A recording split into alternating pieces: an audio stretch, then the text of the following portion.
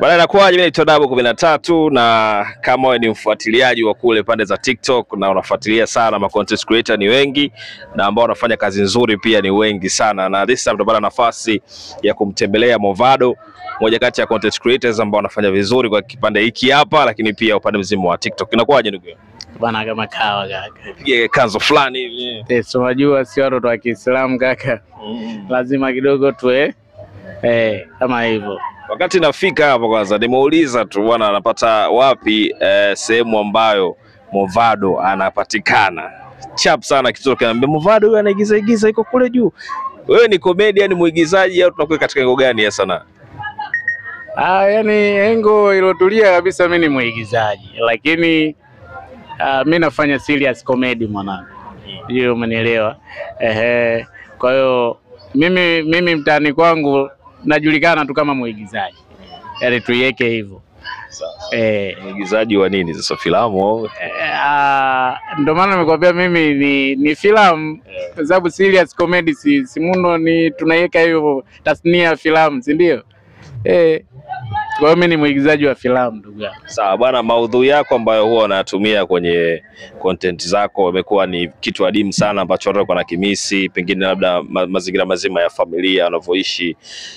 Kwako ni comedy, lakini kwa watu wengine wanahisi kitu ambacho kinaelimisha katika maisha yao. Pengine uliwaza kitu gani ama ulifikiria nini mpaka kuanzisha content ya aina hii? Unajua sifa msanii ni kwa mbunifu, sio ni kufikiria vitu tofauti ambavyo vinawagusa watu kwenye jamii. Na mimi nilichoangalia ni kwamba nifanye vitu ambavyo vitagusa zaidi kwenye jamii. Kwa hiyo nikakaa, nikawaza, nikaona ni kitu gani, nikaona hii staili nikienda nayo itakuwa unyama zaidi. Kwa hiyo ndo sababu kubwa, lengo ni kufikisha ujumbe mzuri. Si kila, na pia nimeangalia utofauti. Sababu ukija kuangalia ma content creator wengi kama tunaigana hivi. Unajua ukuta mapenzi sana, matusi sana. Sasa tumeona ngoja tu change kidogo. Kama hivi. Okay. Wewe unaamini kuna mtu pengine alikuiga au wewe kuna mtu ulimuiga?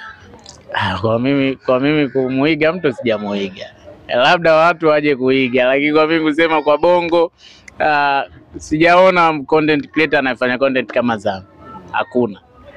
Naamini hauna mshindani kwenye content ambazo unazifanya. Sasa ushindani kwenye engo ipi? Yaani sijaelewa ushindani upi yani. Basi content creator? Unateka mashabiki kule YouTube? Ndio. Na TikTok? Na Instagram pia? Yeah. Sasa kuna watu pia wanafanya content zao, maana yake je, wewe ndio mtu ambaye sasa ni the best? Kwa upande wangu mimi mwenyewe ni the best zaidi, kwa sababu mimi najizungumzia mimi sasa hapa.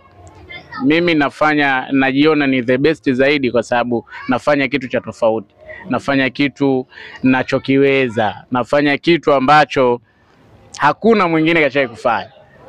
Kwa hiyo mimi ni the best kwenye engo yangu. Kuna wasanii ambao wamekuwa wakionekana kwenye kazi ambazo unazifanya kwenye content zako, na watu wamekuwa wakijiuliza pengine hao wasanii ni wasanii wako au ni watu tu ambao wameamua kusapotiana? Bwana niseme ni wangu kwa sababu wako kwenye crew yangu, lakini kusema unajua si bado tunajitafuta wote bado, sio kusema wangu moja kwa moja ila ni wangu. Ora niko nao. Tunapambana hivyo. Sawa.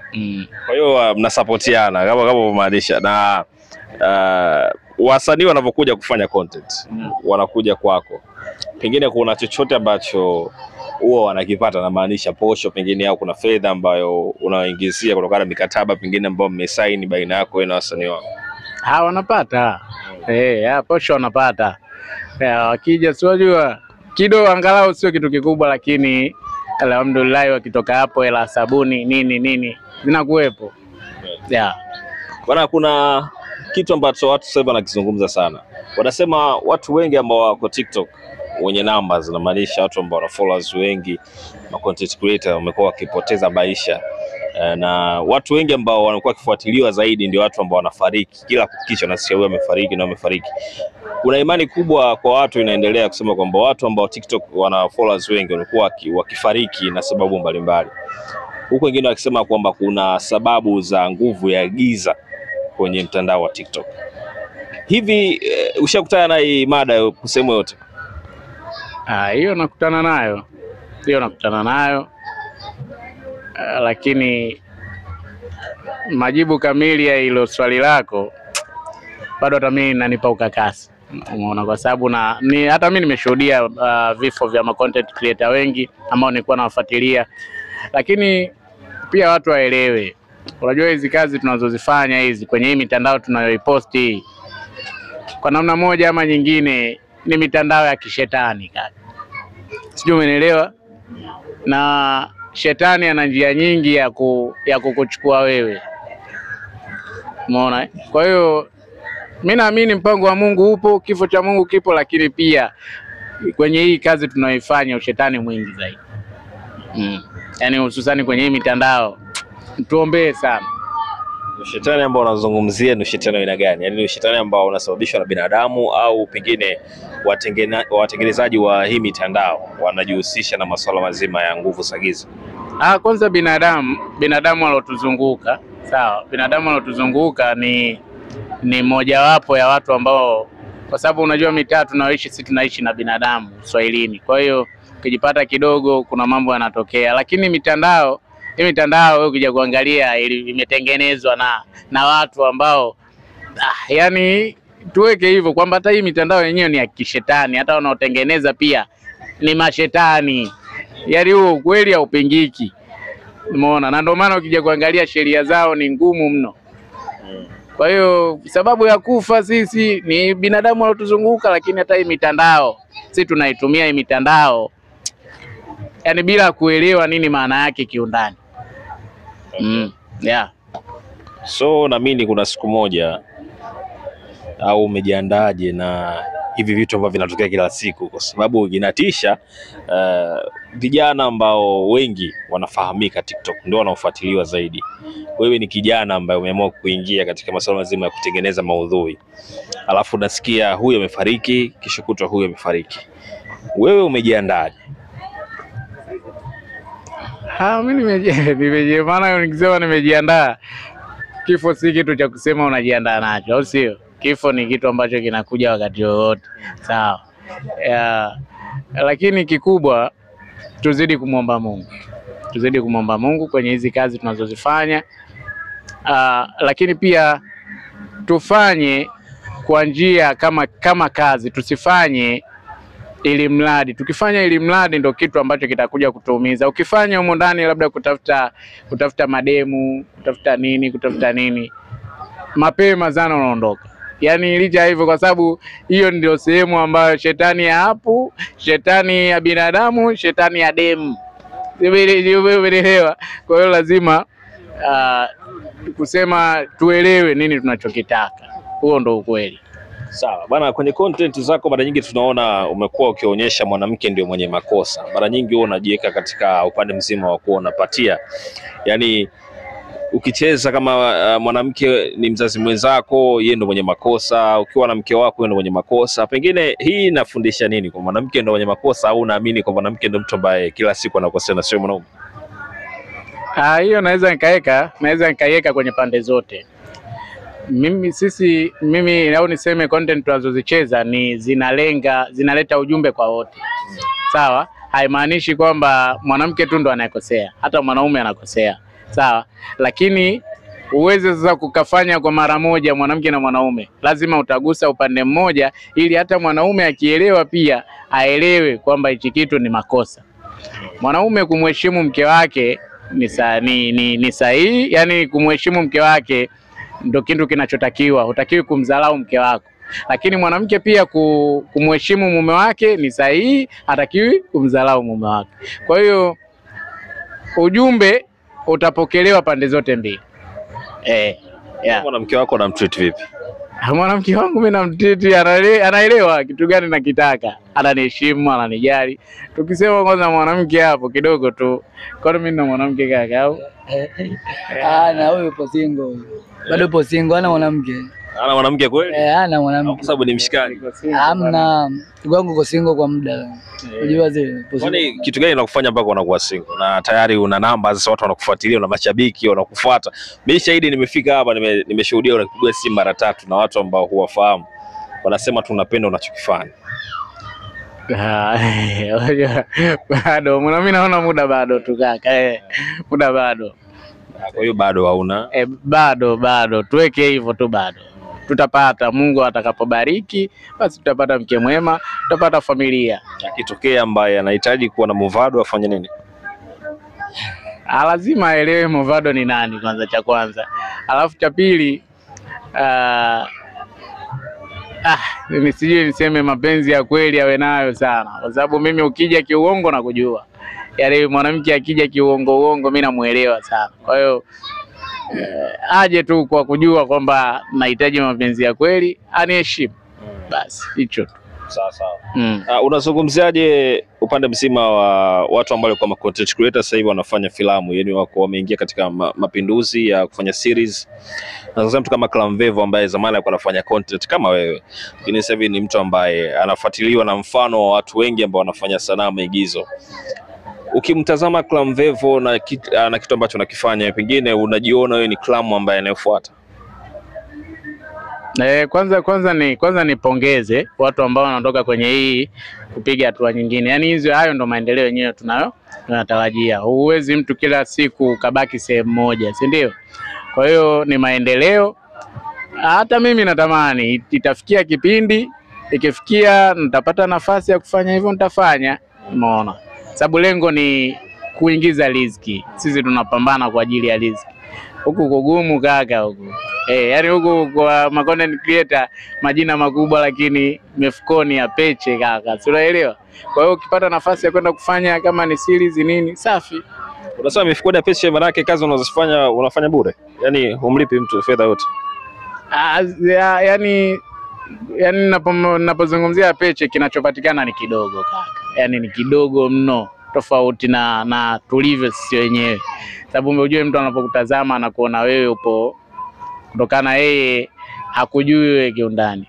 Bwana, vipi kuhusu issue zima ya content creators vijana kuvutia wanawake ambao wana umri ambao umeondoka, na maanisha mishangazi? Kumekuwa na story nyingi sana, vijana nyinyi mnatafuta madm na mashangazi na nini?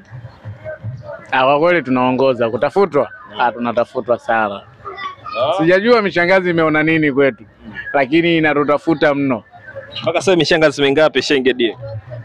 Yaani mimi nikiangalia na DM kama yani zile kama yani zile kati ya 50 au 60, kitu kama hiko. Mishangazi rafiki yangu, yani nakutumia hadi video za ovyo ovyo nini. Tunapambana nayo hivyo hivyo. Maana kwamba mnakutana mnaongea na nini, ama inaishia kwenye mitandao? Kusema ukweli mimi huaga nikiona huyu anifai na muachaga pale pale. Yani na muachaga pale pale, sitaki kwenda naye popote. Mwanangu vipi hapo wewe baba? Bado poa mzee. Shangazi ile kija nini namna gani bwana, kijana huyu vipi? Unajua nini kuhusu mishangazi ndio imekuwa changamoto. Kwa sababu mishangazi na ukiendekeza sana inakuharibia maisha. Kwa mwisho wa siku unakuta umri wako unakuwa mdogo unafariki. Sababu mishangazi mingi sasa hivi imeshaharibika, ugonjwa mwingi. Umeona? Kwa hiyo zinafanya kazi kama ikitokea mwanamke akupenda ni mwanamke akupenda, umeona? Ila kama hajakupenda basi unaachana naye.